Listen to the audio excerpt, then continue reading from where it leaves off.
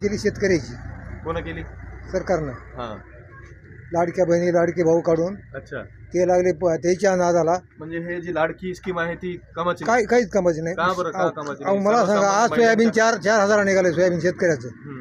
त्याचा खर्च आहे 4,500 रुपये एकरी.